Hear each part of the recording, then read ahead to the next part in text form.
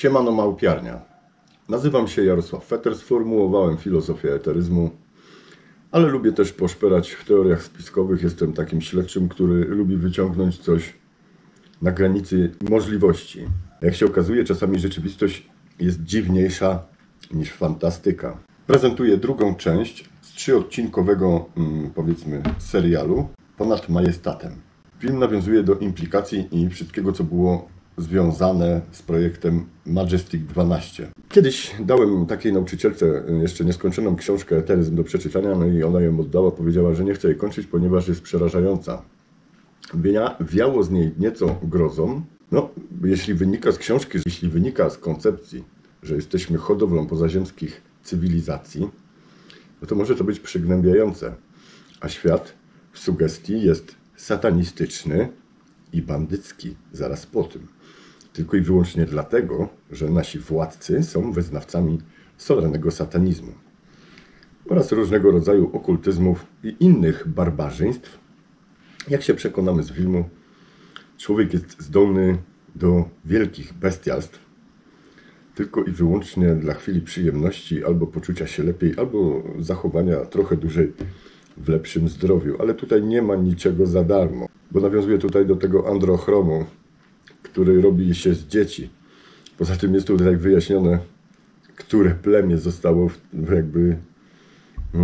miało w historii trochę przejebane przez tego typu praktyki właśnie na dzieciach wężowe. Film nawiązuje też do tego satanistycznego kultu słońca solarnego, tego heliolatrii, o którym ja piszę, że władcy są jego wyznawcami. Generalnie dlaczego mieliby nie być?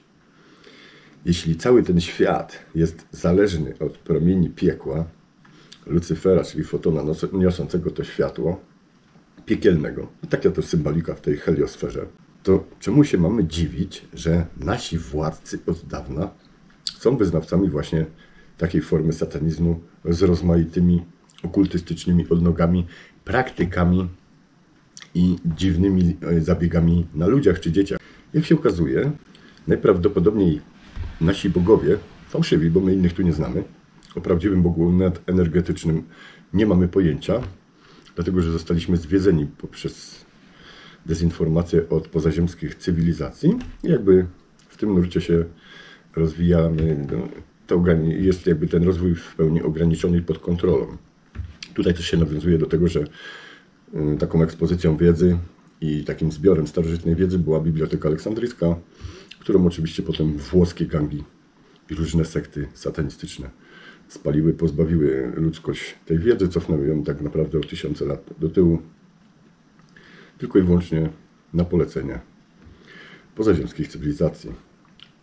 Małpa miała być jak najbardziej ograniczona i dlatego też między innymi judaizm podchodzi w ten sposób do wszystkich innowersów, że jesteśmy tak naprawdę gadającym inwentarzem dla nich. Notabene, jak się na to spojrzy, tak z perspektywy jakim poszło to trudno się nie zgodzić. Ludzie łykają wszystko, co podane jest w odbiorniku telewizyjnym, zakładając, że jest to prawda. Pokazały to w ogóle ostatnie czasy z pandemią i szczepionkami, jaki jest poziom manipulacji małpim stadem.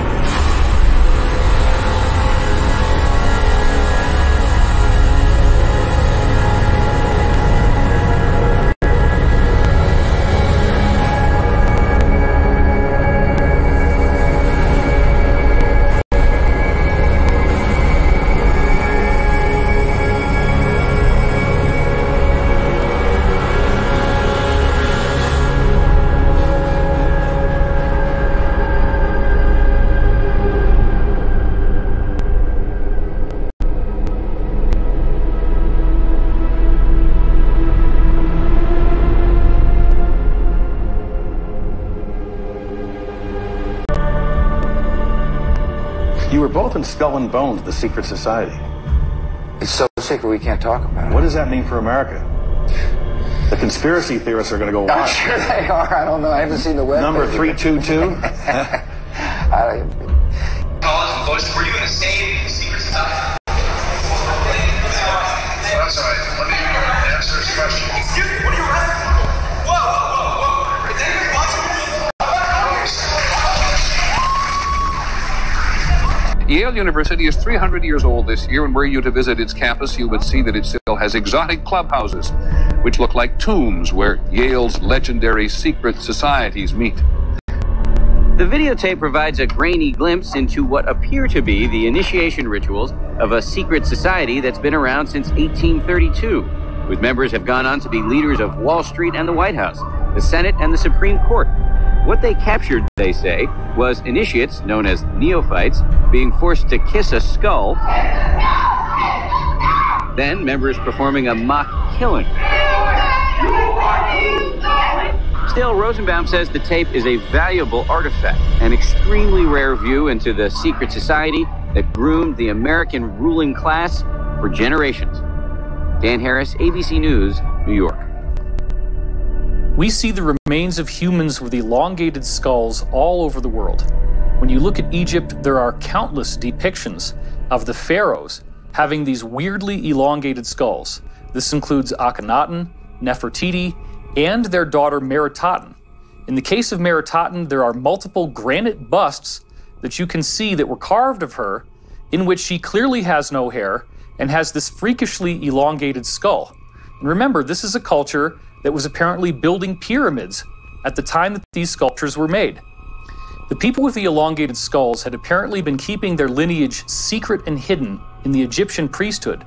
But then remember that Egypt became weak and it was conquered by Rome.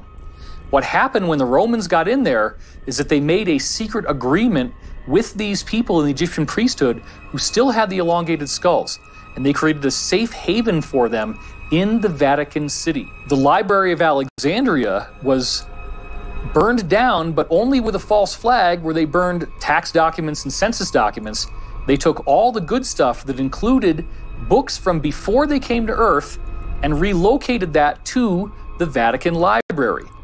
Then you go across to the other side of the Atlantic Ocean, and once again you have a pyramid building culture in Mesoamerica with people depicted in their inscriptions who have elongated skulls. And unlike the case of Egypt, with Mesoamerica we now have the added benefit that there are multiple elongated skulls that have been dug up and were not censored, but are actually on display in museums in places like Bolivia.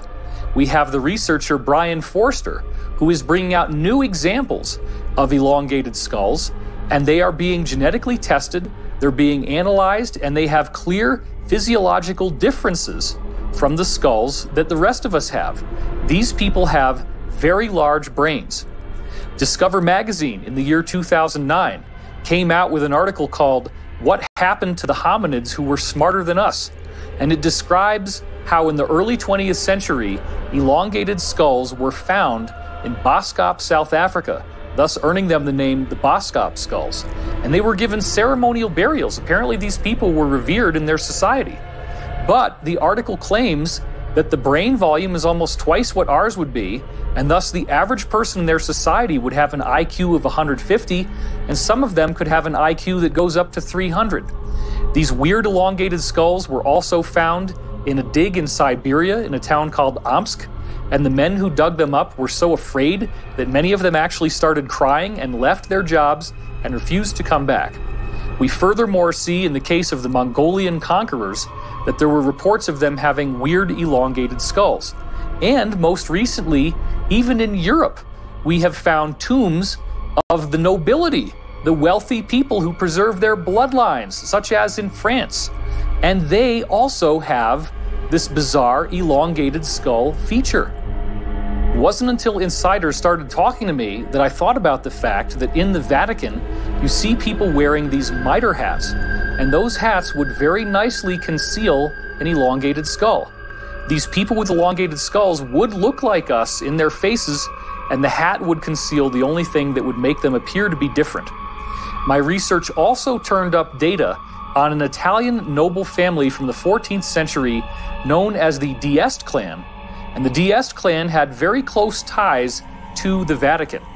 What's so bizarre is when you look at a painting of Prince Leonello d'Este and someone who is either his sister or his wife, the scholars don't really know, they usually call her Princess d'Este.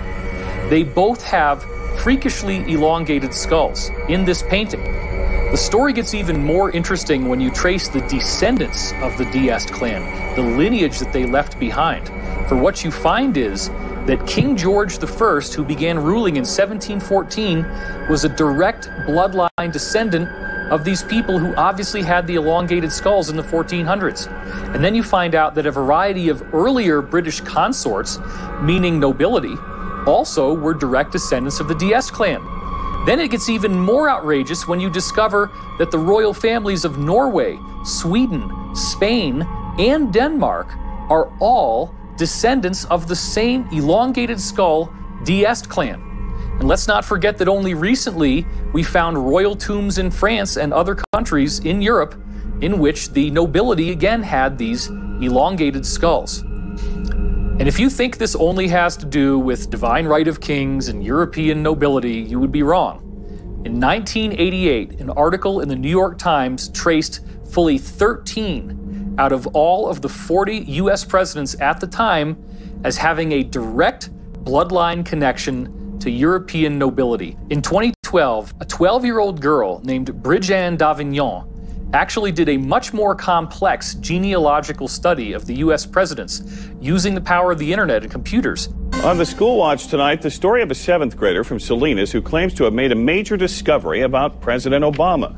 She and her grandfather say that President Obama is related to all but one US president. And she found that 42 out of 43 US presidents all had a common ancestor in King John I from England. And this is not just any old king. This is the guy who actually chartered the Magna Carta, which became the defining element that turned into the British Constitution.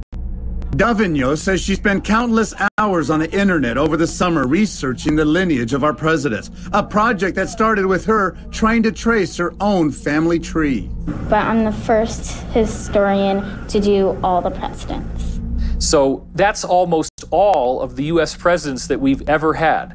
The bottom line is these people are tracking their lineage, they're tracking their bloodline, and they're making sure that their own people get steered into the positions of the highest power and influence worldwide, including the United States of America. Within secret societies, there can be both good and bad people, white hats and black hats. So many of these secret societies are, of course, involved in very dark practices. But there are also secret societies out there that are harboring knowledge and information and technology to keep it out of the hands of the deep state or the black hats or the people that would do detriment with these technologies. Some of the, I guess, very well-known elites, names I won't mention, but are on the front lobes of most watching this video, are highly involved not only in some of the slave trade aspects, but are also involved in dealing with non-terrestrials and dealing with organized crime down here on Earth and how it's related to these programs. I will tell you, Director Deutsch, as a former Los Angeles police narcotics detective, that the agency has dealt drugs throughout this country for a long time. Director Deutsch, I will refer you to 3 specific agency operations known as Amadeus, Pegasus, and Watchtower. I have Watchtower documents heavily redacted by the agency. I was personally exposed to CIA operations and recruited by CIA personnel who attempted to recruit me in the late 70s to become involved in protecting agency drug operations in this country. For the record, my name is Mike Rupert, R-U-P-P-E-R-T. I did bring this information out 18 years ago, and I got shot at and forced out of LAPD because of it. I've been on the record for 18 years nonstop, and I'll be happy to give you, Congressman, anything that I have. A lot of these elite are running a lot of financial scams, drug programs to raise money for these secret programs that they have going on. And they take full advantage of this access. They probably don't age anymore. And you know, a 1%er, you don't know who they are. You don't even know what they look like. You don't even know their name. They could go down and be at a 7-Eleven, you wouldn't even know it. So they could not age and you wouldn't know it. Never get sick. Offsprings would be born. They'd be super smart, super strong. Just quality of life improved in every direction. And I'm sure the 1%ers are enjoying that. While the rest of us are dying with diseases and malformities and stuff, they're walking around, you know, body beautiful. So that's just the medical area. Then think about the other things. Transportation, the vehicles they travel around, home, security, all that stuff. Just, you know, it'd be like somebody in modern suburbia looking at a man in a cave. We're the men in the cave. What very often occurs is that an elite will get to a very old, ripe age, or they will die, or they will die in some sort of an accident publicly. Privately, they are taken, and depending on their level, they are either age regressed or they have their consciousness basically downloaded into a clone that is an exact duplicate of them. They then disappear from the public eye forever and go into these programs or go into retirement. This is something that pops up a lot in the programs, and everyone that is served deeply knows that the elite have access, and many of them never really die. What the deep state or the cabal or the New World Order is a small group of very powerful but very psychopathic individuals that have acquired a lot of money, a lot of technology, and a lot of information over the course of centuries. Definitely your politicians, the older ones, the one that are chair people that command the power, 1%ers, chairman of the boards, those people, that's they. That's ones we never know their names, don't know their faces, and they control all the power. The more you get involved in these societies, the deeper and deeper you go, the more compromised you become. You start to learn more and more of the secret teachings. You have to work really hard for the knowledge. It can take years of time. You keep accessing higher and higher levels of rank, and they keep dropping these little seeds in as you go on. Seeds that start to blossom in your mind and make you think differently. Ultimately, if you go far enough down this road, you will be invited to participate in things like and human sacrifice. And if you don't do it, it's the offer you can't refuse. They may actually even kill you. Once you partake in these activities, whether you like them or not, they now have leverage they can use against you. If you ever dare to speak out against this group, they have photographs, they have films, they have the footage that can absolutely ruin your life. Jeśli jesteśmy oczywiście przy zrujnowanych życiorysach, przy okazji satanizmu, światowych władców, to warto wspomnieć o belgijsko-francuskim bodajże bankierze, który udzielił bardzo kontrowersyjnego wywiadu, w którym opowiedział, jakie są powiązania między służbami, grupami terrorystycznymi, które są finansowane przez jakby te służby wywiadowcze. Mówi, wszystko widać po przebiegu pieniędzy. I ujawnił jakby trochę rąbka tajemnicy z tej satanistycznej władzy, do której należał. No i po udzieleniu tego wywiadu, bodajże chyba kilka miesięcy, utopił się w jakiejś sadzawce obok swojego domu, gdzie chodził zazwyczaj na spacer. Vertellen wat het ergste is wat je hebt meegemaakt, waardoor je zegt, en daar was voor mij gewoon toen. Nou, dat is dus het breekpunt geweest. Je komt zo diep in die kringen. Je tekent ook eigenlijk ik heb niet met bloed getekend ergens voor, maar je tekent wel een contract voor je leven dat je zwijgt over namen van bedrijven, organisaties, personen. Dat is ook de reden waarom ik denk nog steeds leef. Je houdt je daaraan. Maar als het gaat om de meest erge dingen die ik heb meegemaakt. Ik heb net verteld over dingen waar ik stroomstoringen mee kreeg. Het geweten begon dus. Laten we het zo zeggen, ik zat in een opleiding tot psychopaat en ik ben gezakt. Ik heb het niet gehaald, ik ben geen psychopaat geworden. Dat geweten brak door. En het ergste wat mij overkomen was, dat was omdat ik zo zo'n goed aanzien had, zo succesvol was en zo vertrouwd was met mensen in deze wereld die dus op dat niveau speelden. Ik moet ook zeggen dat de meeste van deze mensen hadden een geloof wat afwijkt van het gemiddelde. Hè? Je hebt katholieken, je hebt protestanten, je hebt allerlei soorten van religies. Deze mensen, de meeste daarvan, hadden een Luciferiaans geloof. En dan kan iedereen zeggen, ja, geloof bestaat niet en God bestaat niet, alles bestaat niet. Nou, voor die mensen was het de waarheid en de werkelijkheid. Hun diende dus iets onstoffelijks. Hun diende wat zij noemden Lucifer. Mm-hmm. En ik kwam dus ook in die kringen. Alleen ik lachte erom, want het waren voor mij gewoon klanten. Dus ik kwam in wat ze noemden Satanskerken. Ik wou zeggen, we hebben het nu over het satanisme. Ja, okay. Ik kwam dus in Satanskerken, maar ik kwam zeg maar op route even langs, even buurten. En daar was dan op dat moment een heilige mis, hun heilige soorten mis. En dat was met blote vrouwen en wat drank en dit en dat. En ik vond het alleen maar leuk. Hmm. Ik hechtte weinig of geen geloof aan hun geloof. Of ik was er eigenlijk niet eens van overtuigd dat het überhaupt allemaal wel bestond. Het was meer een schouwspel voor jou? Ja, ik zag gewoon de donkerte en de slechtheid en de diepte daarvan zit in de mens zelf. Ja. Ik koppelde het nog niet zo. Nee. Maar ook die kringen verkeerde ik dus in, omdat als gast zeg maar, omdat ik vond het allemaal wel leuk. Al die blote vrouwen en al die dingetjes die daar speelden. Het was het vrije leven. Maar er kwam een moment, toen werd ik dus uitgenodigd, daarom vertel ik dit ook, om mee te gaan doen aan offers in het buitenland.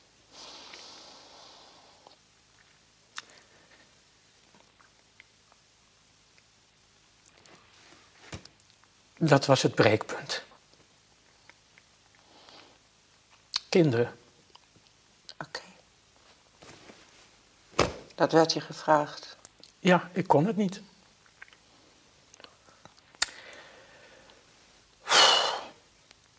Wil je even stoppen trouwens? Of nee. Oké. En toen begon ik langzaamaan eigenlijk in te storten. Ik had zelf als kind nogal wat meegemaakt. Ja. En dat raakte mij zo. Alles ging om. Maar dat is de wereld waar ik uitkom. En toen begon ik dus dingen te weigeren binnen mijn werk. Ik kon het niet meer. En toen werd ik een gevaar. Voor hen, natuurlijk. Ik begon niet meer optimaal ik begon te rammelen en ik had dingen geweigerd. Ik had niet deelgenomen. Want het gaat erom, uiteindelijk in die wereld, dat ze iedereen ook in hun zak willen hebben. Ze moeten chantabel worden. En het chanteren voor mij was erg moeilijk, als ik het allemaal achteraf bekijk. Dat hadden ze willen doen via de kinderen. Ja. En daar brak ik. Is dat... jij vertelt nu iets wat mij niet onbekend voorkomt. Wat ze in de politiek ook doen. Als je op internet gaat googlen, kom je wereldwijd genoeg getuigenissen tegen om te weten dat dit geen Walt Disney verhaaltje is. Het is helaas zo dat wereldwijd, en dit is niet alleen van deze tijd, dit is al van duizenden jaren. Ja. Ik heb ook ooit nog een stuk theologie gestudeerd. Zelfs in de Bijbel kom je het tegen bij de Israëlieten. Een van de redenen waarom de eerste 10 stammen toen uit hun land werden gezet en verbannen werden naar Babylonië, was juist vanwege de rituelen met kinderen. Ja. Inclusief het offeren van kinderen. Dus dit is een lijn. Vanuit al die shit ben ik ook gaan geloven. Omdat ik besefte dat er meer was dan alleen maar hemel en aarde. Er is werkelijk een onzichtbare wereld. Je praat werkelijk over een duistere macht. En je praat ook over een lichtmanifestatie. Dus ik ben maar theologie gaan studeren om te begrijpen waar dit allemaal over ging. En psychologie heb ik begrepen? Ja, alleen dat zat al in mijn eerste leven. Ja. Omdat via commerciële psychologie, massapsychologie, ik wist hoe je zaken naar de hand kon zetten. Dat is eng, want daar zit, als je verder gaat, het Tavistock Instituut natuurlijk, de Mind Control, MK Ultra, ja. Monarch, ja. al die vormen van nee, dat klopt. Maar dat zat allemaal, zeg maar, in je werk zat dit allemaal. Ja. Ik ben daar via mijn werk juist alleen maar zwaarder in getraind. Omdat als je deals zet, moet je ook de media manipuleren. Je moet heel veel manipuleren. Want alles moet lijken als dat het allemaal niet klopt en niet is zoals het is. Alles moet anders overkomen. Je kijkt naar het volk eigenlijk als schapen.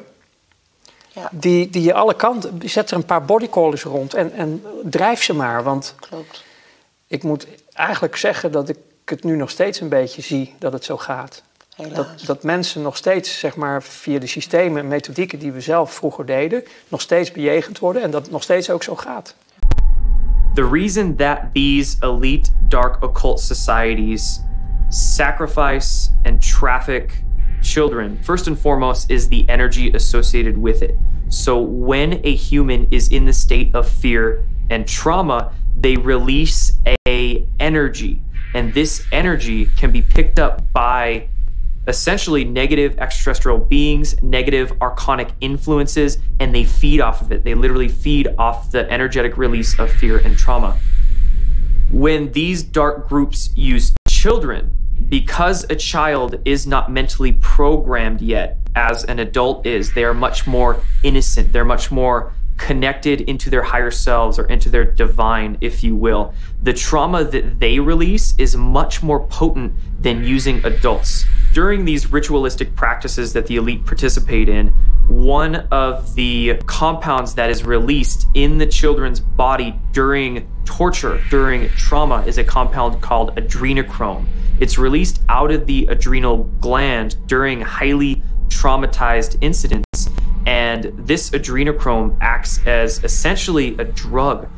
These secret societies that make up the deep state are nothing new. This actually spans back thousands and thousands of years, and they have always occulted this information for themselves. We need to understand what occulted actually means. Occulted just simply means hidden in Latin. It doesn't necessarily mean good or bad, it just means hidden.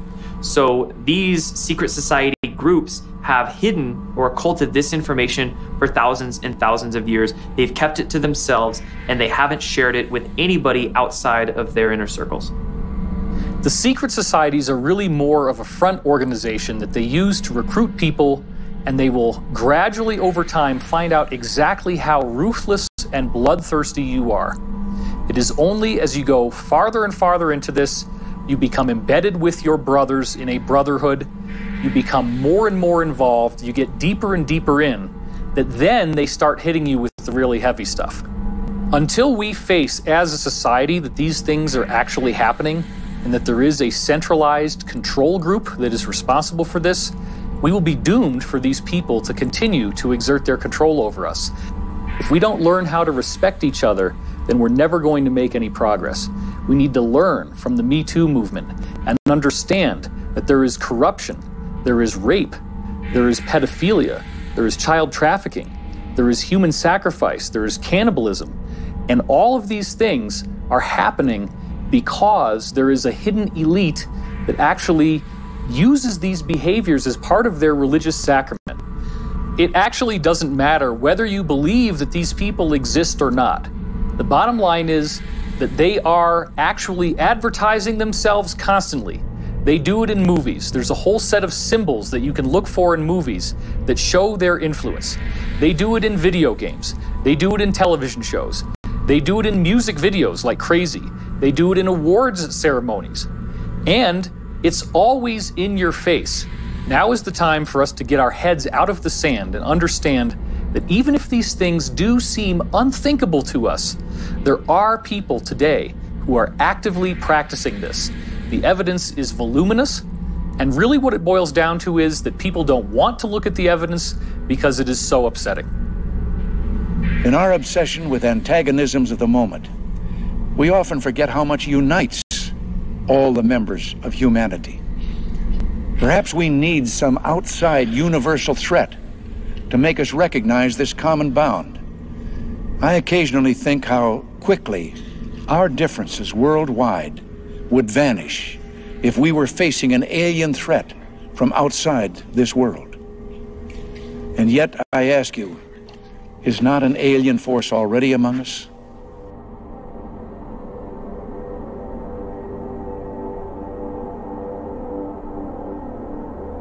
Solar Warden went active 1980, 1981. It was funded in large part by SDI through President Reagan, though that money was funneled off in many different programs. Solar Warden was developed to do exactly what its namesake says, to police our solar system. We were now able, we had the technology to prevent these interloper ET races from coming into our solar system, grabbing our people and leaving. We could now stop them. So Solar Warden was developed and began to do its job of policing the solar system. At the same time, we had the interplanetary corporate conglomerate, which is made up of all of these military-industrial complex corporations. We have all of these other programs that are developing technology at the same time and are developing much, much more advanced technologies. So advanced, in fact, that there are ET races that come here to trade for our technology. Corey Good is the one insider I found whose testimony ties all of these different threads together. I've heard Corey have knowledge of something that each of the different other insiders I've spoken to had said to me in the past. Nobody else had ever done that before, and that was fascinating because I had not put this information online. The information was proprietary. It was things that I'd heard over the course of conversations that could have gone on for many, many dozens of hours over time, spreading across about 20 years worth of my own past history. I think they chose children for these MyLab programs in several different ways. They had to profile them. They definitely used standardized testing and a few other ways to identify whether they had a skill or a talent that they needed. Then they would check out their family life. They preferred children from broken homes or from homes that were not harmonious because the children are used to getting smacked around, they're used to stressful environments, and the parents were not always as attentive as other parents. Therefore, the children were able to handle a lot more stress, and the parents may not notice, certain behavior in the kids. Well, I guess you would say a typical day, if there is a typical day in the life of a MyLab, would be your parents dropping you off at school, just like any other day. And except that day, you're pulled aside and told you're going to go on a field trip. You're in a special education class or an accelerated learning class, you're special. You're being taken off campus to go, look at dinosaurs. Well, you are taken, put in a van. Usually a person is driving that is military looking, sometimes in uniform. They would then drive us for a little over an hour to Carswell Air Force Base. We parked inside this hangar that was a motor pool, and we walked to the back, and there was an elevator. And the elevator went down quite a ways. And when we came out, we were underground in a Cold War era type bunker. That would then lead us to another set of elevators that would take us down where we would get on underground trams that would, there were trains that would take us over 500 miles per hour anywhere in the world. When we were sent to one of these locations through one of these shuttles, we would then go through, sometimes because of travel time, we would only get 45 minutes of training in, sometimes 2-3 hours of training in. Then we would go back, be debriefed, and they would give us a chemical through a shot, and they would sit us in a chair in front of a movie screen and basically hypnotize us and give us a screen memory of going to a museum and looking at dinosaurs. They would then put us in the same van, drive us back to school, let us out, and as our parents picked us up, we would tell them all about looking at dinosaurs. MKUltra was a program done by the CIA in the 1950s and 60s, and within MKUltra, they experimented with trauma-based mind control through the use of electroshock therapy, through the use of mind-altering drugs, through the use of even hypnotic regression and many other techniques to figure out how to control and program human beings. The reason so few went into the secret space program was that most of the participants, almost all of the participants, are pulled from various military branches. They bring people in to the military, send them through training, testing, find out where their skills lean and if they have the fortitude for this type of mission. And then they're invited in or drafted in, and they'll serve a 20-year term. And this is referred to as a 20 and back. And after that 20 years, they're actually age regressed and regressed back in time using the technology that was handed to us by non-terrestrials. And then they were buttoned up in time and placed back in their life. And then they finish out the rest of their military term and then return to civilian life, having no memory of serving in the secret space program. The whole point of regressing people back in time after serving in the 20 and back and wiping their memory has to do with a deal that was made with an extraterrestrial group that gave us that technology. There's a Nordic group that are engaged in a time and space battle with a reptilian group.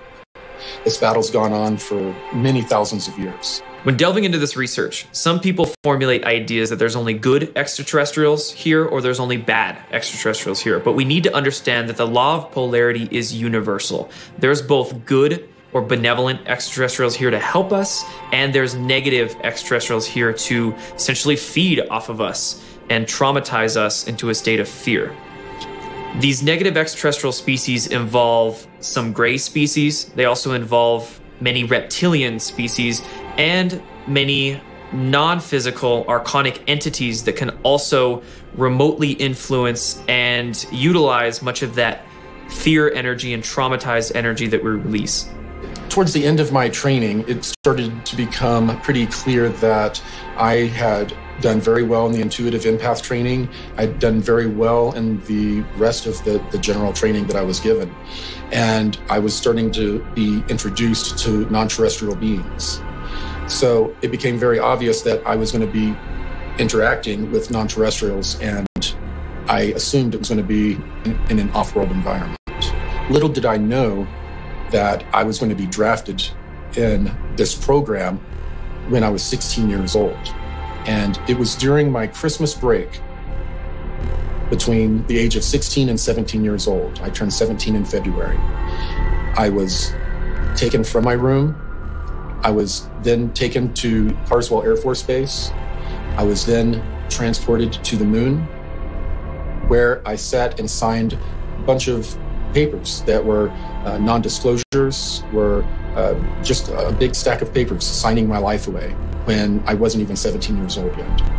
The Lunar Operations Command is a moon base, and it was built out originally by the Germans in the late 1930s, early 1940s. While they were building this complex, they had utilized an ancient alien building that was not too terribly far away. They had found a bunch of these buildings on the moon, and they had found one of the buildings that they were able to patch up with some of the concrete they made from the local regolith. They then were able to pressurize it and use it as a base of operations while they built out the Lunar Operation Command. After a number of years, and after Operation Paperclip, it served its purpose and integrated the Nazis into the military-industrial complex, the LOC was handed over to the Americans. When approaching the moon from Earth in an electrogravitic craft, you will find the moon will be at a distance, and then it will grow very quickly in front of you. And then the next thing you know, you are above the surface. You will then fly in the electrogravitic craft at breakneck speeds, except you don't feel inertia. You find yourself hugging maybe 90 feet, 300 feet above the lunar surface, going at incredible speeds until you reach a crater. And then you find yourself orbiting a crater. The person piloting the craft radios in, requesting permission to land. You don't see anywhere to land. All of a sudden, a little haze kind of occurs, and then there's a base. It's the Lunar Operation Command. And as you fly down and over, there is a control tower where they control the air traffic. As you fly around this base to make your final approach, you see a secondary crater. And as you fly down into that crater, it's fairly deep, and you end up popping out into a lava tube section where you immediately see a giant building built into the middle of that lava tube that blocks it. And it's built kind of like the shape of a bell. And it looks like the outside of a battleship almost, the way it's built. You then fly in and land in the bay, and you're now at the Lunar Operation Command. Well, some of the testimony that's come to me over the last year in particular has been nothing short of startling in terms of the degree to which the space program, the secret space program, has expanded. I've talked to people who have said that there is and has been an ongoing extrasolar planetary colonization program that's been going on for decades and decades. I mean, to the point where one of the people who had actually gone, and this was the claim that he made, that he was on a warp-capable spacecraft that went from here to the edge of the Andromeda Galaxy in 20 minutes. And that when they got there, they located at least 8 Earth-like planets in some of the star systems along the edge of the galaxy.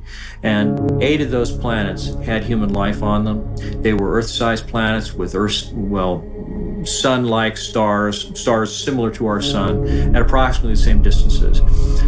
They wound up using some kind of radio telemetry sensors to determine which ones were broadcasting in conventional radio and television signals. They found 2 planets like that, 2 of which were speaking English. And the minute I heard this, I thought, well, this is complete baloney, or this system, this whole program has been going on for a lot longer than anybody would have dreamed. But he described seeing cities and roads and cars and people and conventional clothing speaking English. And there's only one way that that's possible, I mean, other than, parallel universe type of a scenario, and that is that the program's been going on for much, much longer. Right after about the 6-year mark in my 20 and back experience, I found out some very disturbing details that no one on the ship knew about. And, well, almost no one. I was approached by a petty officer Wheeler, someone who I honestly had a crush on, and she used that to her advantage. She needed me and an engineer to help her get into a room, a restricted room, and look into some pods. She wanted to know what was in those pods. She had a bad feeling. Well, we helped her get in, and I was standing watch. She and the engineer opened up one of the pods, and they were cryogenic chambers, and they were full of people that had basically looked like they'd been filleted and cleaned and sent to the market. While I saw this a little bit from a distance, so gas was escaping from this pod, and it overcame the petty officer and the engineer, and they collapsed. And as I was turning to run through the door I was watching through, I collapsed. After I came to in the sick bay, they had explained that the 2 others had died in the accident, and that I was being held for debriefing. I was then debriefed, told not to repeat the information to anyone else. If I wasn't a valuable intuitive empath, my fate would have been much different. So they sent me back to my regular duties and told me that from time to time I was going to be pulled over to work on a different deck on a different project. And this project was basically a galactic slave trade.